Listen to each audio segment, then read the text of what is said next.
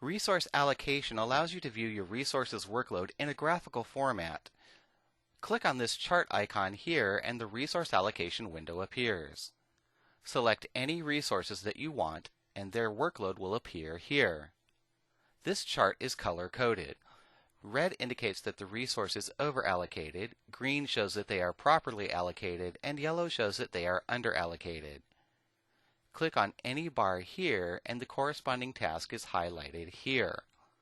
Since this person is over-allocated, let's move this task like this, and we now see that the resource is properly allocated. Note too that each resource's availability is identified here. In this case, Gail is set at 50% because she's working on this project part-time and only has 4 hours a day to work on activities related to this project. This availability is set in the Resources section and is covered in a separate tutorial.